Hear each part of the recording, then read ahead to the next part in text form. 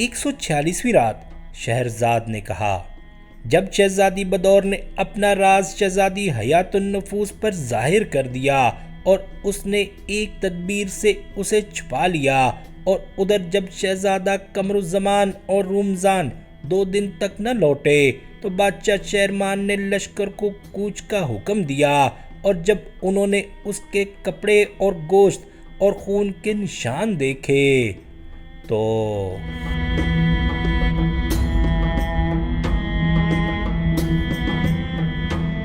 اب جب لشکر والوں نے وہاں قمر الزمان کے کپڑے اور گوشت اور خون کے نشان دیکھے اور اس کی بادشاہ کو خبر کی، اور جب بادشاہ وہاں پہنچا اور اس نے دیکھا تو اس نے یہ دیکھ کر بڑے زور سے چیخ ماری اور چیخا کہ ہائے بیٹا، اور اپنے منہ پر تمانچے مارنے لگا اور داڑھی نوچ ڈالی، اور اسے اپنے بیٹے کی موت کا یقین آ گیا، اور وہ اور زیادہ رونے پیٹنے لگا، اور اس کے رونے کی وجہ سے سارا لشکر بھی رونے لگا،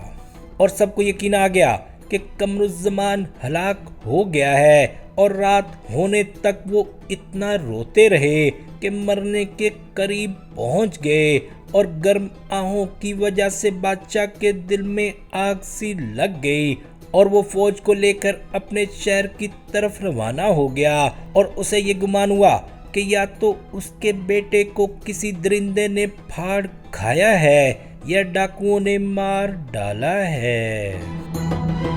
اس کے بعد اس نے یہ منادی کرا دی کہ اس کے بیٹے قمر الزمان کے سوگ میں سارے جزائر خالدان والے کالے کپڑے پہنے، اور اس نے بیٹے کے لیے ایک مقبرہ بنوایا اور اس کا نام بیت الاحزان رکھا، اور ہر جمعرات اور پیر کو بادشاہ اپنی رعیت اور لشکر کے کاروبار دیکھتا، اور ہفتے کے باقی دنوں میں وہ بیت الاحزان جا کر بیٹے کی موت پر روتا پیٹتا اور اس کے مرنے پر اشعار پڑھتا۔ ادھر بادشاہ غیور کی بیٹی شہزادی بدور اس وقت وہ جزائر ابنوس کی ملکہ تھی، اور لوگ یہ خیال کرتے کہ وہ ایک مرد ہے اور بادشاہ ارمانوس کا داماد ہے، اور اس کی عزت و تکریم بجا لاتے۔ اور جبکہ شہزادی بدور ہر رات شہزادی حیات النفوس کے پاس جاتی اور اس سے اپنے شوہر قمر الزمان کی جدائی کی شکایت کرتی اور روتی، اور حیات النفوس اس کے حسن و جمال کی تعریف کرتی اور کہتی کہ کاش خدا مجھے خواب ہی میں اس سے وصال کروا دے، ایسے کہ جیسے وہ ایک مرد ہے اور میں ایک عورت۔ اور ادھر شہزادہ قمر الزمان وہ ایک مدت تک اس باغبان کے ساتھ رہا، مگر دن رات روتا اور اشعار پڑھتا اور خوشی کے دن اور مرادوں کی راتیں یاد کر کر کے افسوس کرتا۔ باغبان اس کو دلاسا دلاتا کہ سال کے آخر میں یہاں سے ایک جہاز مسلمانوں کے ملک کی طرف جائے گا۔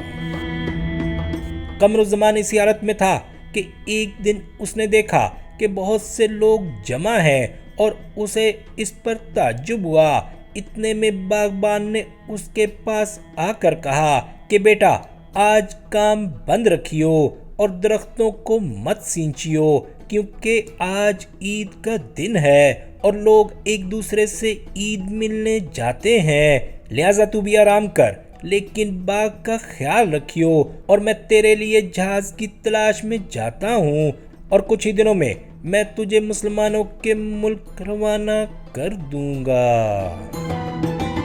یہ کہہ کر باغبان باغ سے چلا گیا، اور قمر الزمان اکیلا رہ گیا اور اپنے حال پر غور کرنے لگا، اور اس کا دل ٹوٹ گیا اور آنسو بہنے لگے، اور وہ اتنا رویا کہ اسے غش آ گیا۔ جب اسے ہوش آیا تو وہ باغ میں ٹہلنے لگا اور اس سوچ میں پڑ گیا کہ دوری اور جدائی سے اس پر کیا گزری۔ اس کی سمجھ میں کچھ نہ آتا تھا اور اس کا دل و دماغ پریشان تھا کہ اتنے میں اسے ٹھوکر لگی اور وہ منہ کے بل گر پڑا، اور اس کا ماتھا درخت کی ایک ٹوٹی ہوئی ٹہنی پر آ کر لگا اور وہ زخمی ہو گیا اور اس میں سے خون بہہ بہہ کر آنسوؤں میں مل گیا۔ اب اس نے خون اور آنسو پونچھے اور چیتڑے سے اپنا ماتھا باندھ لیا اور پھر چلنے پھرنے لگا، مگر تفکرات میں ڈوبا ہوا تھا اور اس کی عقل کام نہ کرتی تھی کہ اس کی نظر ایک درخت پر پڑی جہاں دو چڑیاں لڑ رہی تھیں۔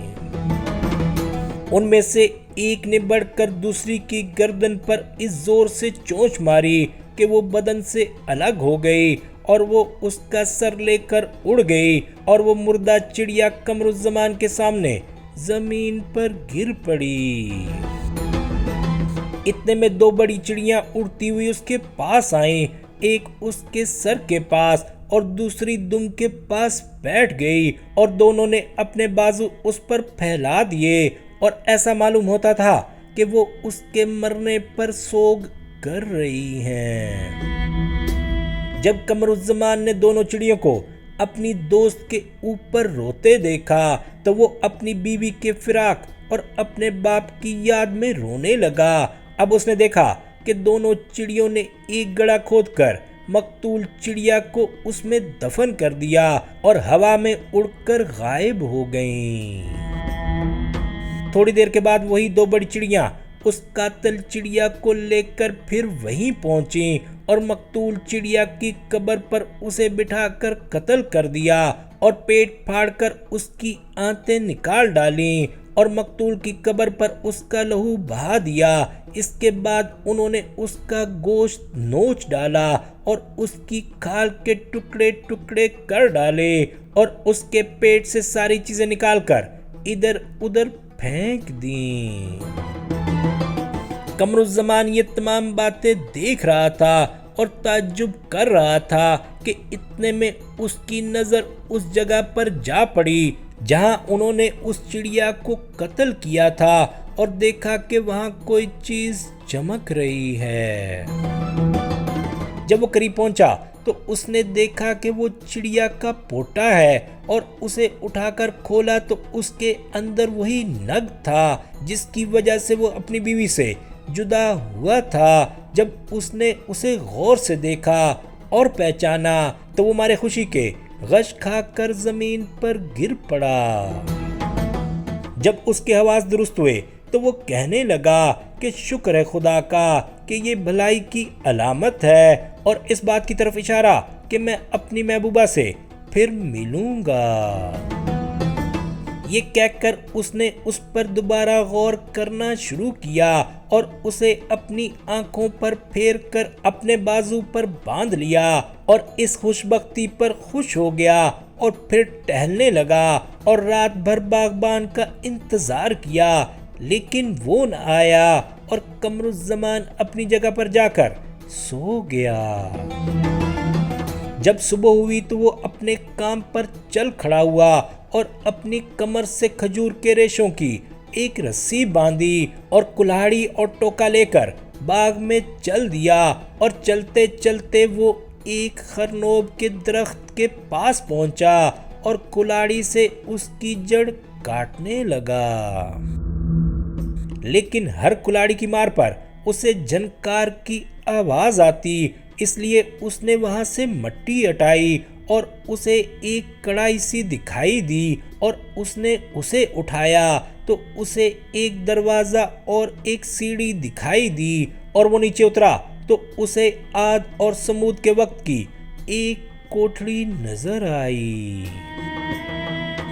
یہ کوٹھڑی پتھر میں کھدی ہوئی تھی اور اس میں اونچے اونچے کنڈے رکھے ہوئے تھے جو سرخ چمکدار سونے سے بھرے ہوئے تھے، اور وہ اپنے دل میں کہنے لگا کہ اب میری تکالیف کا خاتمہ ہو گیا اور خوشی و مسرت کے دن آ گئے۔ یہ کہہ کر وہ اس جگہ سے نکلا اور باہر باغ میں آ گیا اور کڑاہی کو اسی جگہ رکھ دیا جہاں وہ پہلے تھی اور باغ میں درختوں کو پانی دینے لگا۔ جب دن ڈھل گیا تو باغبان آیا اور وہ اس سے کہنے لگا کہ اے بیٹا، خوش ہو کہ اب تو اپنے وطن جانے والا ہے۔ سوداگر سفر کی تیاری کر رہے ہیں اور جہاز 3 دن کے بعد شہر ابنوس روانہ ہو جائے گا جو مسلمانوں کے شہروں میں سے پہلا شہر ہے، اور وہاں سے تو 6 مہینے خشکی کا سفر کرنے کے بعد جزائر خالدان پہنچے گا جہاں بادشاہ شہرمان ہے۔ قمر الزمان نے باغبان کے ہاتھ چومے اور اس سے کہا کہ اے میرے باپ، جس طرح تو نے مجھے خوشخبری دی ہے میں بھی تجھے ایک بڑی خوشخبری دیتا ہوں۔ یہ کہہ کر اس نے باغبان سے اس کوٹھڑی کا سارا قصہ بیان کیا۔ باغبان نے خوش ہو کر کہا کہ اے بیٹا، میں اس باغ میں 80 سال سے ہوں اور مجھے کوئی چیز نہ ملی، اور تجھے ابھی میرے پاس 1 سال بھی نہیں ہوا اور تجھے یہ چیز مل گئی۔ یہ تیری روزی ہے اور اس سے تیری بدبختی دور ہو جائے گی، اور اس کی وجہ سے تو اپنے اہل و عیال تک پہنچ جائے گا اور اپنے پیاروں سے پھر مل سکے گا۔ قمر الزمان نے کہا کہ یہ خزانہ ضرور بانٹا جائے گا، آدھا تیرا اور آدھا میرا۔ یہ کہہ کر وہ باغبان کو اس جگہ لے گیا اور اسے وہ سونا دکھایا جو 20 کنڈوں میں بھرا ہوا تھا۔ ان میں سے 10 کنڈے اس نے اپنے لیے رکھ لیے اور 10 باغبان کو دے دیے۔ اب شہرزاد کو ثبوتی دکھائی دی اور اس نے یہ کہانی بند کر دی۔